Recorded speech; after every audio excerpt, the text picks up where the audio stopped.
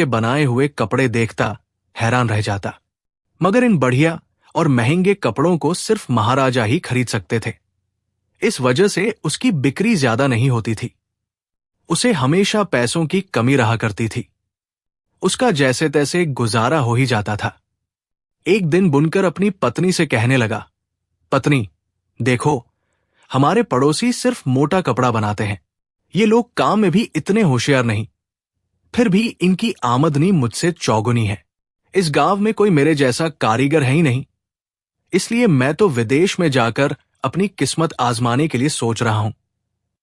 शेर भूखा मर जाता है मगर घास नहीं खाता।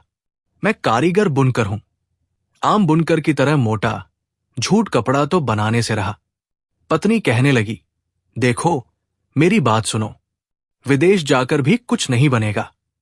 जब अपने दिन अच्छे आएंगे तो काम बनने में देर नहीं लगेगी। विदेश जाकर क्या करोगे? मैं तो कहती हूं, यही रहो। बुनकर उसकी बात सुनकर बोला, तुम आलस्य की बातें करती हो। बिना मेहनत के तो कोई फल नहीं मिलता। खाने से भरी हुई थाली चाहे सामने रखे रहे, जब तक कोई हाथ से उठाकर मुंह में नहीं डालेगा, भोजन पेट में ना जाएगा। कभी तुमने आज तक सुना है? अरे, शेर को तो खुद हिरण का शिकार करना पड़ता है। मेरी राय में तो हर इंसान को कोशिश करनी चाहिए। मेहनत करने पर भी अगर फल ना मिले तो इसमें उस इंसान का कसूर नहीं, कसूरवार तो फिर किस्मत होती है। इस तरह अपनी पत्नी को समझा बुझाकर वो बुनकर एक बड़े शहर में पैसा कमाने के इरादे से चला गया। वहां आकर उसका कारोबार थोड़े ही दिनों में चमक उठा। किस्मत ने साथ दिया। उसके बनाए हुए कपड़ों की सेठों, साहूकारों और राजाओं महाराजाओं में खूब खपत हुई। मुंह मांगी कीमत पाकर उसने अपना रोजगार वहां अच्छा खासा जमा लिया। इस तरह धन जमा कर लेने के बाद अब उसने सोचा कि मुझे अब घर चलना चाहिए। काफी कुछ इकट्ठा हो गया। मैं अपनी दौलत दिखाऊंगा तो वो कितनी खुश होगी।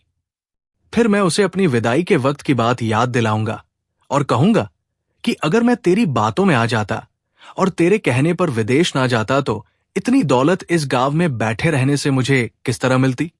इसी तरह योजनाएं बनाता हुआ वो अपने गांव की तरफ चल दिया।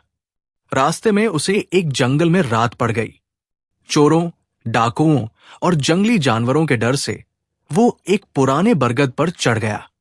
सफर से थकाहारा तो था ही, तने का सहारा लेकर थोड़ी ही देर में सो भी गया। रात को सपने में उसे 2 स्त्रियां दिखाई दी।